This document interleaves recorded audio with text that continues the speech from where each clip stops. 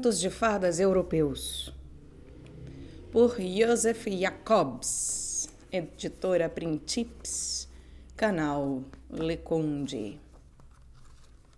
A tradução é de Marcela Nalim Rossini.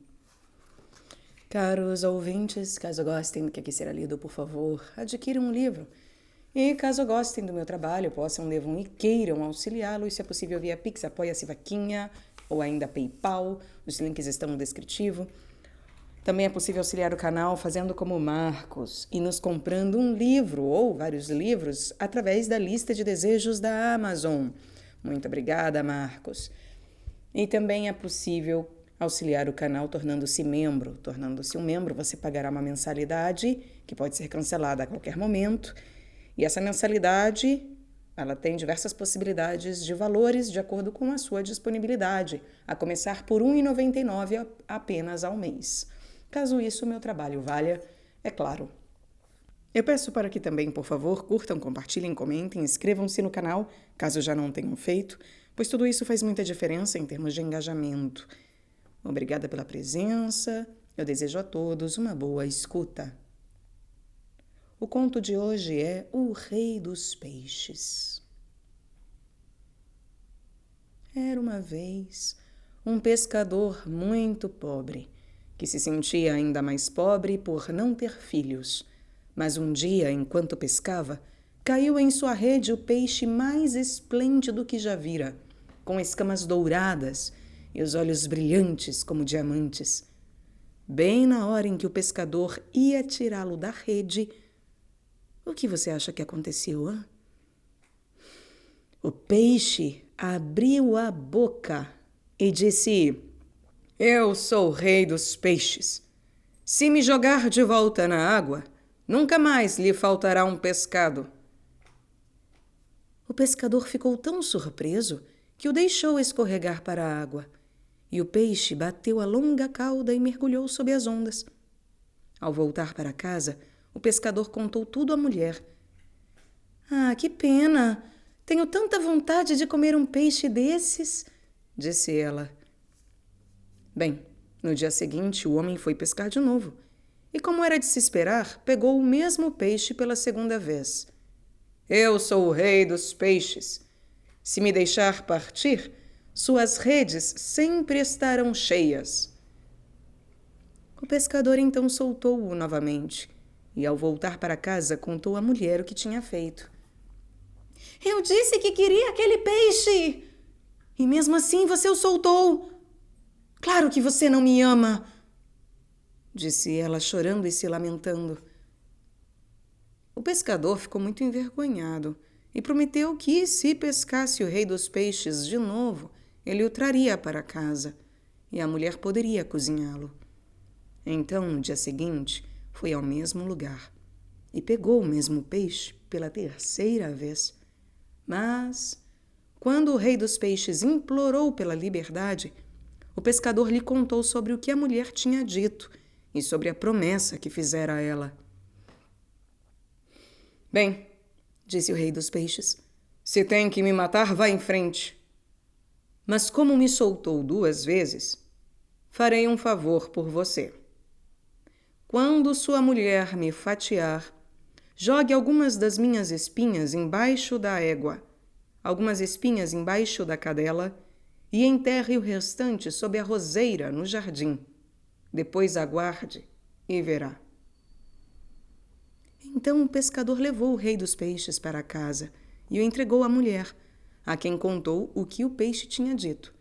Então, depois que ela o fatiou, eles jogaram algumas espinhas embaixo da égua, algumas embaixo da cadela e enterraram o restante sob a roseira no jardim. Passado um tempo, a mulher do pescador deu à luz lindos gêmeos, batizados de Jorge e Albert. Cada um nasceu com a marca de uma estrela na testa, abaixo dos cabelos. A égua trouxe ao mundo 2 belos potros e a cadela 2 cãezinhos. Sob a roseira cresceram 2 arbustos. Cada um dava uma rosa por ano, mas como eram esplêndidas! E assim passou-se o verão e passou-se o inverno. E o mais curioso de tudo era que, Quando Jorge adoecia, uma das rosas começava a murchar. E se Albert ficava doente, a mesma coisa acontecia com a outra. Quando Jorge e Albert já eram moços, ouviram dizer que um dragão de 7 cabeças estava devastando o reino vizinho e que o rei prometera à mão da filha a qualquer um que libertasse a terra daquele suplício. Os dois queriam combater o dragão, mas por fim os gêmeos decidiram que Jorge iria e Albert ficaria em casa cuidando do pai e da mãe, já que estavam velhinhos. Então Jorge pegou seu cavalo e o seu cão e cavalgou para onde o dragão fora visto pela última vez. Ao chegar em Middlegard, a capital do reino, foi com o cavalo e o cão até a hospedaria principal da cidade e perguntou à senhoria por que tudo parecia tão triste e as casas estavam revestidas com tecido preto. Não soube, senhor, que o dragão de 7 cabeças devora uma donzela pura todos os meses? Perguntou a senhoria. E agora exige que a própria princesa lhe seja entregue hoje. É por isso que a cidade está revestida de preto e estamos todos tão tristes. Ao saber disso, Jorge pegou o cavalo e o cão e cavalgou até onde a princesa estava desprotegida à espera do dragão de 7 cabeças. Porque veio, senhor. Logo o dragão de 7 cabeças, ao qual ninguém consegue resistir, estará aqui para me reivindicar. Fuja, antes que seja tarde, disse a princesa ao ver Jorge com o cavalo, a espada e o cão. Princesa, os valentes só provam o gosto da morte uma vez, mas de bom grado tentarei salvá-la do dragão, respondeu Jorge. Enquanto conversavam, um rugido tenebroso rasgou o ar e o dragão de 7 cabeças veio em direção à princesa. Sabes lutar! Vociferou o dragão ao ver Jorge. Se eu não souber, posso aprender, respondeu o rapaz. Aprenderás comigo então, disse o dragão. Jorge e o dragão travaram uma enorme batalha. Toda vez que o dragão avançava em Jorge, o cão se arremessava contra uma de suas patas. E assim que o dragão virava uma das cabeças para atacar o cão, Jorge disparava com o cavalo para aquela direção e decepava a tal cabeça com a espada. Dessa forma, finalmente, ele arrancou todas as 7 cabeças do dragão e salvou a princesa. Em seguida, abriu a boca de cada uma das cabeças, cortou as línguas, embrulhou-as com o lençol que a princesa lhe dera e guardou-as no bolso, perto do coração. Mas Jorge ficou tão exausto por causa da luta que se deitou com a cabeça no colo da princesa e adormeceu. Enquanto ela afagava os cabelos dele, conseguiu ver a marca de uma estrela em sua testa. Enquanto isso, o marechal do rei, que se casaria com a princesa caso matasse o dragão, assistia à luta de longe. E ao ver que o dragão estava morto e que Jorge dormia após a batalha, aproximou-se devagarinho por detrás da princesa. Põe a cabeça dele no chão, senão te matarei, disse o marechal com a adaga em punho. Depois que a princesa lhe obedeceu e que ele já havia juntado e amarrado as 7 cabeças do dragão na correia do chicote, o marechal ordenou que ela se levantasse e o acompanhasse. A princesa teria acordado Jorge, mas o marechal ameaçou matá-la se ela o fizesse. Se não posso me casar contigo, ele também não se casará, disse ele. Então o marechal a fez jurar que concordaria que ele próprio havia matado o dragão de 7 cabeças. Quando a princesa e o marechal chegaram perto da cidade, o rei, os cortesãos e todo o povo foram recebê-los com grande alegria. Quem te salvou? Perguntou o rei à filha. Este homem, respondeu ela. Então deverás casar-se com ele. Não, pai. Ainda não tenho idade para me casar. Dê-me pelo menos 1 ano e 1 dia, antes de realizar o casamento, disse a princesa na esperança de que Jorge a salvasse do perverso marechal. O próprio rei, por todo o amor que tinha pela filha, por fim cedeu e prometeu que ela não se casaria antes que decorresse 1 ano e 1 dia daquela data.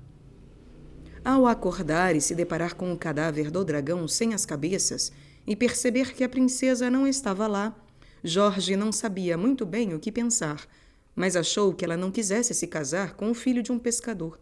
Por isso, montou no cavalo e saiu em busca de novas aventuras pelo mundo junto com o fiel cão de caça, e não retornou para aquela região até que 1 ano se passou. E ele então cavalgou de volta para Midgard e apeou na mesma hospedaria onde havia parado antes. "O que há agora, senhora?" perguntou Jorge. "Da última vez em que estive aqui, a cidade estava de luto, mas agora está tudo animado e alegre. Trombetas soando, rapazes e moças dançando em volta das árvores, e as casas têm bandeiras e estandartes esvoaçando nas janelas. O que está acontecendo?" "Não soube, senhor, que nossa princesa se casará amanhã?" perguntou a anfitrião. "Ora, da última vez a princesa seria devorada pelo dragão de 7 cabeças", disse ele. "Ah, mas o dragão foi morto pelo marechal do rei, que se casará com ela amanhã como recompensa por tanta bravura. E todos que quiserem podem participar do banquete nupcial no Castelo Real esta noite." Naquela noite, Jorge foi até o castelo e tomou um lugar à mesa, não muito longe de onde o rei estava sentado com a princesa de um lado e o marechal do outro. Depois do banquete, o rei pediu que o marechal contasse mais uma vez como havia trucidado o dragão de 7 cabeças. Então ele contou a longa história sobre como cortou as 7 cabeças do dragão e, no final, ordenou que o seu escudeiro as trouxesse em uma bandeja. Jorge se levantou e se dirigiu ao rei. "Por favor, meu senhor, diga-me, como é que não há línguas nas bocas do dragão?" perguntou Jorge. "Ah, eu não sei. Vamos dar uma olhada e averiguar", respondeu o rei. As mandíbulas das 7 cabeças do dragão foram abertas, e eis que não havia mesmo línguas nela. "O que tem a dizer a respeito disso, hã?" perguntou o rei ao marechal. Mas o marechal não tinha nada a declarar. Então a princesa levantou o olhar e viu o seu herói de novo. Jorge tirou do gibão as 7 línguas de dragão e provou que elas se encaixavam. "E que significa isso, senhor?" perguntou-lhe o rei. Jorge então contou a história sobre como havia matado o dragão e disse que adormecera no colo da princesa depois da batalha, mas que, ao acordar, descobriu que ela havia partido. A princesa, quando o pai lhe perguntou, não pôde deixar de confirmar a traição do marechal. "Levem-no", ordenou o rei, "que a sua cabeça seja decepada e sua língua arrancada, e que seu lugar seja tomado por este jovem estranho." Jorge e a princesa se casaram e viveram felizes, até que uma noite, olhando pela janela do castelo onde viviam, ele avistou ao longe outro castelo com janelas iluminadas, reluzentes como fogo. Então perguntou à princesa, agora sua esposa, de quem era aquele castelo. "Não chegue perto daquele lugar, Jorge", respondeu a princesa. "Pelo que sempre ouvi dizer, quem entra naquele castelo nunca consegue sair." Na manhã seguinte, Jorge saiu com o cavalo e o cão de caça à procura do castelo. Quando chegou lá perto, avistou no portão uma velha com apenas um olho e pediu que ela o deixasse entrar. A velha concordou, mas disse que havia uma tradição no castelo. Qualquer um que quisesse entrar deveria tomar uma taça de vinho antes. Ela lhe ofereceu um cálice cheio da bebida. E assim que Jorge tomou o vinho, ele, o cavalo e o cão foram transformados em pedras. No exato momento em que Jorge se transformou em pedra, Albert, que não tivera notícias dele até então, viu a rosa do irmão se fechar e ficar da cor de mármore. Logo, Albert soube que algo havia acontecido com Jorge e partiu com seu cavalo e seu cão para descobrir o destino do irmão. Ele cavalgou sem parar até chegar Middlegard. E assim que se aproximou do portão do castelo, o guarda lhe disse: Alteza, a princesa está muito preocupada com o senhor. Ela ficará feliz em saber que voltou a salvo. Albert não disse nada. Apenas seguiu o guarda até os aposentos da princesa, que correu até ele e o abraçou. Oh, Jorge, eu estou tão feliz por ter voltado a salvo, disse a princesa. E por que eu não voltaria? Perguntou Albert. Temi que tivesse ido até aquele castelo com janelas flamejantes, de onde ninguém jamais volta vivo. Assim, Albert descobriu o que havia acontecido com Jorge e logo arrumou uma desculpa para sair novamente e procurar o castelo que a princesa havia apontado pela janela. Ao chegar lá, encontrou a mesma velha sentada perto do portão e lhe pediu para entrar e conhecer o castelo. Ela repetiu que ninguém entrava lá, a menos que tomasse uma taça de vinho, e ofereceu-lhe um cálice cheio da bebida. Albert estava prestes a beber, quando o fiel cão deu um pulo, derramou o vinho e começou a lambê-lo. Mas assim que tomou um pouco do líquido, o corpo do cão se transformou em mármore, bem ao lado de outra pedra, que era exatamente igual a ele. Albert entendeu o que havia acontecido e, ao apear do cavalo, sacou a espada e ameaçou matar a velha bruxa se ela não livrasse o seu irmão daquele feitiço. Tremendo de medo, a velha sussurrou algumas palavras na direção das 4 pedras em frente ao castelo, e rapidamente Jorge, o cavalo e os 2 cães de caça, o dele e o de Albert, retornaram à vida. Depois disso, Jorge e Albert cavalgaram de volta até o castelo para reencontrar a princesa, que, ao ver os 2 tão iguaizinhos, não sabia dizer quem era quem. Então ela se lembrou da marca que o marido tinha na testa. Foi até Albert, repartiu os cabelos dele e viu a estrela lá. Este é o meu Jorge! Exclamou ela. Mas Jorge afastou os próprios cabelos e ela viu uma marca de estrela na testa dele também. Por fim, Albert lhe contou tudo o que havia acontecido e ela reconheceu o próprio marido. Logo após a morte do rei, Jorge assumiu o trono e Albert se casou com uma das princesas do reino vizinho.